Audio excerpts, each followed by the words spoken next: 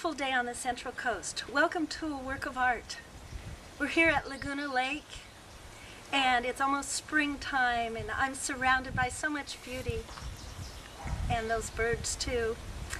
My guests today are planetary healers from England, Devi and Peter, with the University of Life, who are going to share a loving consciousness and a way to have a transformation, and that will be their sharing of a work of art. We'll be right back with Devi and Peter. The production of this program is made possible by Make the Grade in-home tutoring services has provided quality and convenient tutoring for all subjects and ages on the Central Coast for the past 5 years. The Jean Francis Gallery for Portraits of America.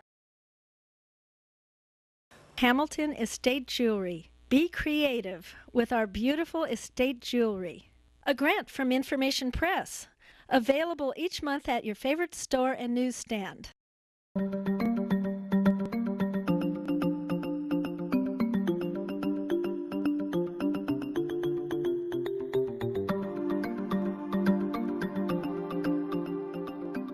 I'd like you to meet Devi and Peter from England.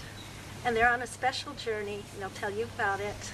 So, who would like to start? Peter? Me start. Hi, Peter. Okay. I'd like to start with a little piece that I wrote in 2005, and here it goes. We're here now. The gates are open. We see an artist's space. A time has come to know through truth the heaven of our place. That was beautiful, Peter. Beautiful. Your words. And Devi, tell us a little bit about, well, your mission or your journey with Peter. My mission has been since I was a little girl of a healer to make everybody feel comfortable, to help everybody to have a better experience of life, and therefore what we go around doing is inspiring, empowering, enlightening, and encouraging every human being to have a beautiful experience when they meet us. And in that is making life a work of art. Our life experience can become a work of art. It can, because whatever we have done in life, that molds us for who we are today, because past brings us to present, and what we do today will be a step in the future. So why don't we start with being kind to each other, and loving, caring, and sharing, and cooperating with each other for the best of all humanity. Yes. Now you were in a whirlwind of life in England, right? And you both tell us a little bit about that and what happened as far as stopping that moment in time first. Right. I was a nurse for 23 years, and it was very stressful, and modern medicine didn't really work. It had side effects, and I knew I had to do something different. Mm-hmm. So I started looking at alternate things, and I do Tibetan acupressure, head massage, I do healing work, what some people here call energy work, and also meditation and sound therapy. And with the sound and vibration, when Peter and I do it together, the experience is everybody feels peaceful, and that's just where we start from.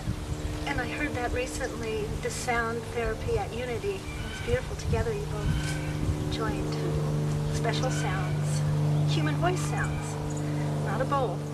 Yeah. And Peter, before you started this peaceful journey, what were you doing in England? Trying to balance my finances by doing things that the world valued, in a usable way. Applying my knowledge of computers and helping businesses, make full use of those. Apply that technology efficiently, effectively. Yes. And that gave me money so I could have a place to live, and that took most of what I earned, was taken up in paying rent and all the expenses around existing, and it left me with little time to do what I really wanted to do. You know, and I tried for years to balance that whole formula, if you like, that whole equation, perhaps, one equation. But you know, the ins and the outs with what I really enjoyed, and it was challenging. And prices, they rarely go down, do they? They seem to go up. You know, rentals seem to go up and up and up and up.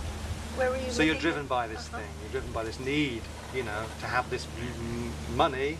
Sure. And I became very aware that it was pulling me off my truth, you know, what I really wanted to do.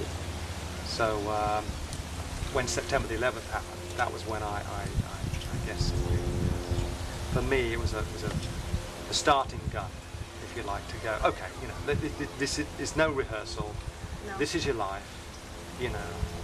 You're 40 years old now, and 40 years of age, and so you know, let's get to it. Let's figure this out. Let's really look at how we just figure it out. What else have I got to do? You know, What was I've tried calling the other way. to you? So what was calling to you?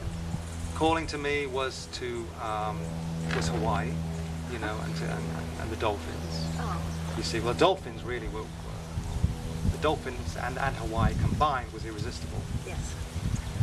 So that was what kind of got me excited to move and escape from the gravitational, you know, pull of the little world that I created. What part of England? I was in Stratford-upon-Avon, the middle. The middle of England. Middle. And were you in the same area? Yes, I was. You were. And how did you meet? We met through Devi's picture being in the local newspaper, a weekly newspaper. About what? What was your paper? What Well, was your picture in the newspaper about? It was about, I did an alternate therapy fair to giving Yes. people an idea that prescription medicine doesn't work, and there are alternate things that you can do, like, you know, there was reflexology, horse stone therapy. I brought together all people who are skilled to work together in one roof, under one roof, so that other people from the village can experience different ways of relaxing themselves. That was first and foremost. And then the other thing I was also interested was nutrition. Yes. So there was nutrition advice and how to de-stress themselves and detox themselves. So all that part was very, very important for well-being for every human being. Yes. And so for the beginning was about a special healing, and then when you met, somehow the journey came to you divinely. Can you explain, Peter, how after meeting each other? Yeah, you know, after Hawaii for me was this huge kind of realization time. Did you go there too, Debbie? No. No. Okay. It was when I came back after Yes. 3 years Yes. on the big island of Hawaii with a big part of writing that I developed those ideas, that seemed, it was just like so beautiful. The information that was coming through me was so beautiful. I just had to write it down, you know, even though people around me didn't understand why I was spending so much time writing. To me it was the most, you know, the best thing I could be doing with my life. Okay, so come back to England, sort of evolve those ideas and that thinking a bit further, and recorded a show, a 1 hour show, where I stood up and presented my best information to the world. Really? At that point when I was endeavouring, and I explained that to everybody, and it's on my website, you know, icandosomething.com. Yes. Or our website as we call it now, because the Yes. University of Life has that website. As its platform, as its stage, if you like, for presenting ideas and information. So yeah, I was able to then, when I met Devi, give her the CD of the show and say, okay, that's where I'm at. Do you still want to play? And she did. So we both felt that the reason for our meeting was beyond anything that we'd experienced previously, and was completely connected with our mutual dream. Okay, our mutual dream. Which is? Heaven on earth. Okay. Heaven on earth. Like we feel today here, in the presence at San Luis Obispo. Bird. Yeah. It's truly, it can be heaven on earth. It's what we make of it, isn't it? Well, September the 11th was co-created by human beings. Take away the human beings, there will be no September 11th. That's right. Right? That's right. So, the rest of the world, nature seems to be getting along just fine. The way it was intended to be. The way the Creator for a long, long created time. this to be. And it just seems to be us humans who have difficulty coming to terms with the fact that we all share this planet, That's Earth, right. That's right. our mother, from whence we came and That's right. where we will return, and maybe we don't even have to go through that anymore. There's a whole new understanding that's becoming publicly available now through movies like The Secret and What Could Bleed and Dr. Emoto's work and so on, and quantum physics. And I've seen What the Bleep, and I've seen about 30 or 45 minutes of The Secret. I want to see the rest of it. A dear friend is sharing it with me, and Mary said, "Got to see this." So I want to see more of it. And your journey started when? Started on the 21st December, winter solstice at Stonehenge. A very moving and very incredible place. And from then, the next day we were in Italy, and it's just taken a life of its own. We do not plan anything. We just are led to places where we're meant to be. And it's just incredible. It's adventurous, a healing journey, and it's not a healing journey for us because we share what we've done, and by showing other people how it is that they can maintain peace as well. Peace begins with us, and if Peter and I can be peaceful, then we can show other people how to live peacefully too. That's right. Yeah, and there's more to peace than just not fighting. There's more to peace than that. Because to be peaceful within ourselves, we need to engage with our purpose, which for each of us is completely unique. We're not all movie stars. We don't need to be all movie stars. And we do need to be who we are. Yes. Okay? And that's the way we really speak, is by being who we truly are. Good. Then we radiate that information just by being, that. And that's what it's all about, is to, we embrace anybody, whoever, whatever level they are at. We embrace them, we help them to overcome their problems. That could be by just talking, it could be by just healing them, like sound therapy. Maybe, just a kind word or inspiring word to them. And just by showing the kindness to another human being. Sometimes on our journey I've met a lot of people who've not even had to hugs for months, and just giving them that human contact is enough to say somebody cares. The simplest thing, a smile or a hug, is a magical moment for all of us. A kindness, a simple kindness, unplanned. Yeah. And you went to Italy first. How did you communicate to the people of Italy?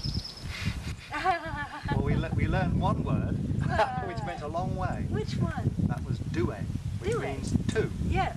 So everything we could just point to and go, due. And grazie? Amazing how far you can go with one word. Yeah, Oh, and then yeah. smile, and of Smile course, yeah. works, yes. Smile always works, and every human being smiles the same way. Yes, I've noticed. You're right. And everybody understands a hug. You don't really need a lot of language. And just by gestures and facial expression, you can tell when somebody's hurting, they hurt the same way as I hurt. Yes. Now, speaking of hurting, you are doing healings. And I took a videotape of one of your healings, right? And see. That was with, oh, Everett Osmond. thank you, Everett. Let's take a look at a healing. One example of a healing with Everett Osmond.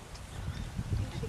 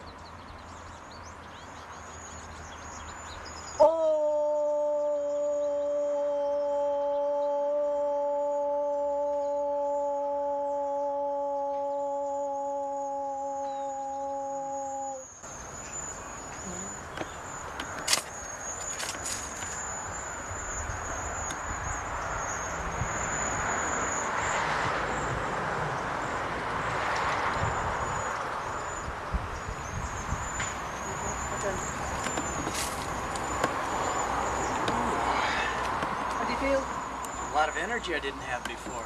Absolutely. Isn't that wonderful? Yes, it is. A lot more alive. A lot of me that was blocked is open now. It's very wondrous.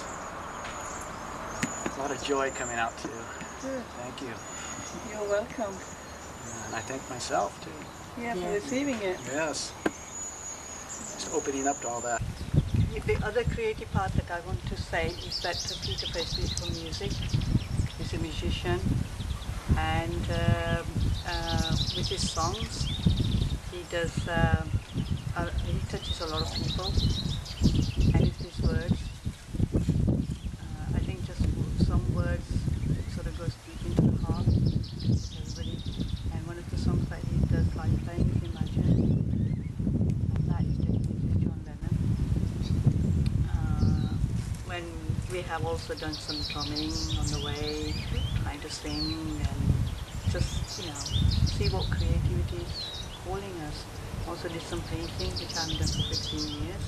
So that was very inspiring for me to go back, being a child. And it's like childlike. Whatever we're doing is like being a child. Yes.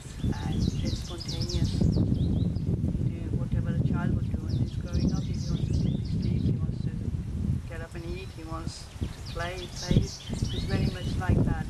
Everybody goes back to being childlike and getting in touch with who they really are.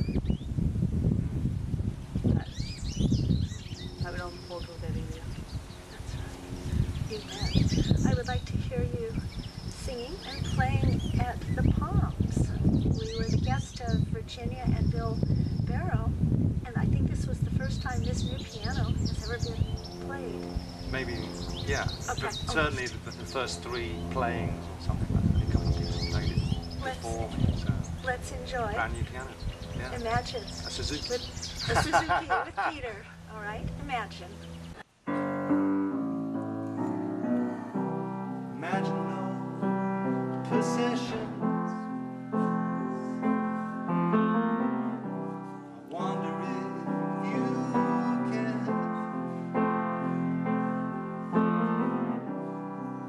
No greed or hunger. A brotherhood of man. Imagine all the people sharing all the world. You may say I'm a dreamer, but I'm not the only one.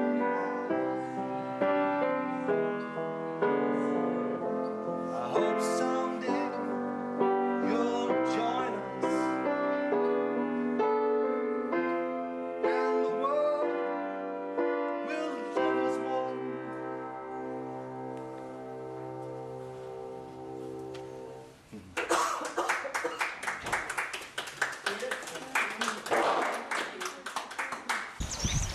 Tell us about the University of Life. The idea behind the University of Life is to give us a way of seeing life on Earth, our time here, this experience that we call life. Yes. We're championing the idea and the truth, in fact, that it's not about drudgery and suffering and labouring and destruction and death. It's about life. That's what creation is all about, life. So the more fully we align with that truth, the more alive we are. So the University of Life is something for us to play with as a concept, as a way of seeing, as a view. And when we see life on Earth through those eyes, then we see it as a work of art, which is where I began that verse. And we're bringing together we've been out here in America meeting many people. We've driven over 10,000 miles. Starting where? We landed in LA, and then we went down the west coast to Mexico, to Kert, Wonderful. and had some very interesting meetings there, didn't we, regarding health. You're from India, right? My parents are Indian. But you were born where? Kenya. Oh, that's right. You were born in Kenya. I was born in Kenya, but I moved to England. Spent most of my life. Yes. And then met Peter and we loved it. And your journey in America right now, and other journeys will go on after America. It's been the West Coast.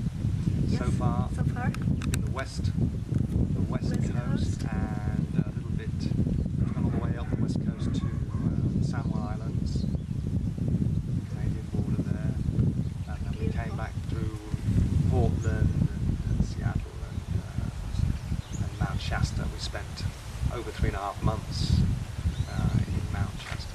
Wonderful. Do you give group talks when people ask?